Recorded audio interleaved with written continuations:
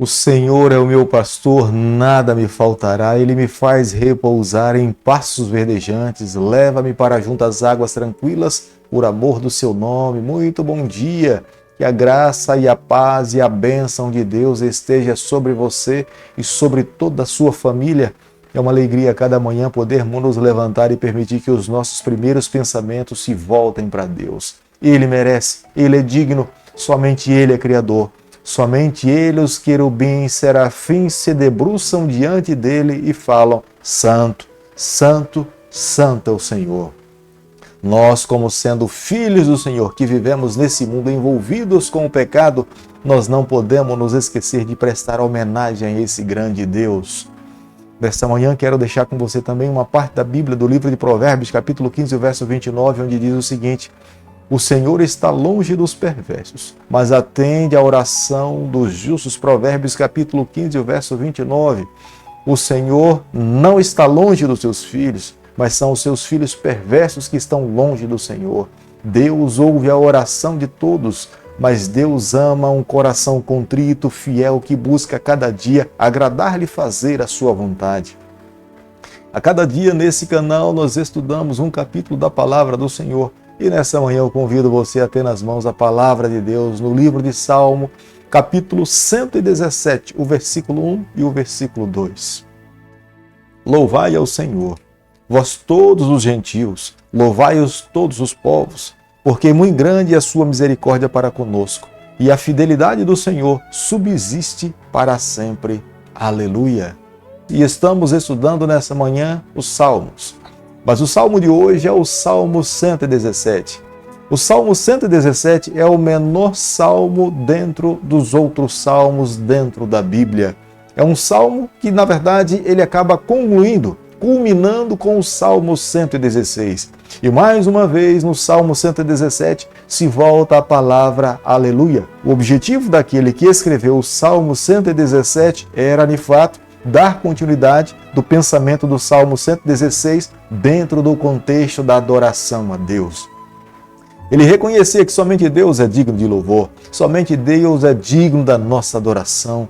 Nenhuma pessoa deveria se debruçar diante de um outro Deus, ou diante de um outro ídolo, ou diante de algo criado ou confeccionado pela mão humana.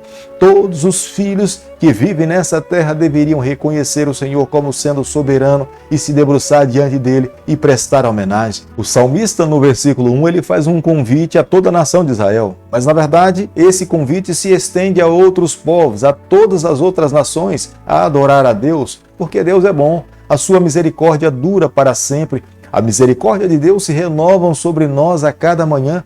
Se parássemos a cada dia para refletir na bondade e a misericórdia de Deus, nós encontraríamos muitos motivos para adorar e glorificar o nome do Senhor. Porque nos levantamos com vida, porque nós temos o alimento, nós temos uma vestimenta, nós temos uma casa, o Senhor nos deu uma família. Todos nós temos muitos motivos para agradecer a Deus. Somos nós, com o nosso coração endurecido, que muitas vezes não dedicamos tempo para reconhecer e prestar homenagem ao Deus Criador de todas as coisas. Mas quanto mais nós somos agradecidos a Deus, mais as janelas dos céus estarão abertas para derramar bênçãos sobre nós de uma forma sem medida. Antes de Jesus Cristo deixar o cenáculo, Jesus se dirigiu em louvor a Deus junto aos seus discípulos, e ao Salmo 117, ele cantou esse salmo. Era em homenagem a Deus. Ele reconhecia que o seu Deus era soberano, e ele é Deus, tanto quanto Deus Pai, mas ele estava ali de uma forma humana, submissa, vivendo nesse mundo, discipulando os seus discípulos e ensinando a eles como é que eles deveriam viver. E Jesus então louvou ao Senhor cantando o Salmo 117. Na parábola contada por Jesus em Lucas capítulo 15, de um pai que perdeu um filho e depois então de um tempo ele recupera o seu filho, há alegria na casa.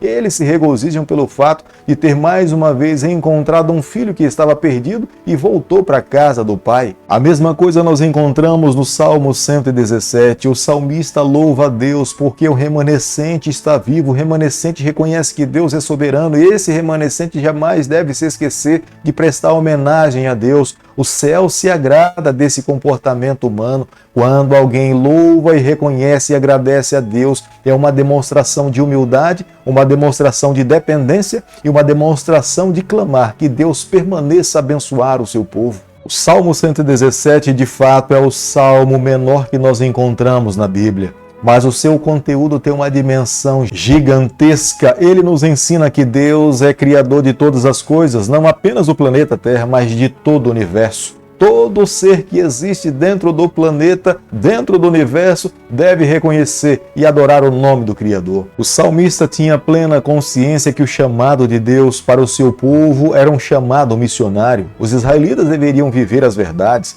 os israelitas deveriam receber a bênção de Deus, mas o chamado de Deus não era para uma nação viver um chamado egoísta.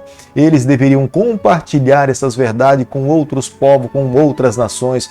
Falar de Deus ao mundo era o chamado de Deus para os israelitas. Eles deveriam anunciar, proclamar e dizer que um dia o Filho de Deus viria aqui a essa terra morrer morte de cruz para lhes dar o direito da salvação. O salmista ele encoraja todos os povos, todas as nações a confiar em Deus, porque Ele é bom, porque a sua misericórdia dura para sempre. Ele é vivo, Ele é real, Ele reina sobre todo o universo. Ele não tem começo, ele não tem meio e jamais terá fim. Nenhum outro rei, nenhum outro Deus governou com tamanho poder como o Deus de Abraão, o Deus de Isaac, o Deus de Jacó. Todos os outros deuses foram criados e tiveram começo, portanto também terão um fim. Mas o Deus de Abraão, o Deus de Isaac e de Jacó, esse jamais teve começo e jamais terá fim. É uma das razões pelas quais o salmista no Salmo 117 convida todos os povos a louvar o nome do Criador. Quando nós louvamos o nome de Deus, que é uma expressão da nossa adoração, eles não apenas ouvem os nossos louvores, as canções que rendemos ao Senhor, mas eles entendem que ao cantar nós estamos enaltecendo esse Deus, reconhecemos como sendo soberano sobre a nossa vida, nós nos submetemos às suas leis e aos seus ensinamentos. Quando nós louvamos o nome de alguém, nós estamos dizendo que a nossa vida pertence exclusivamente a Ele. Tudo que temos, tudo que somos e que de fato recebemos provém das mãos desse grande Criador, desse grande Eu Sou. Adorar a Deus não é um tema que surgiu dentro dessa terra. Adoração a Deus é um tema que provém desde a eternidade.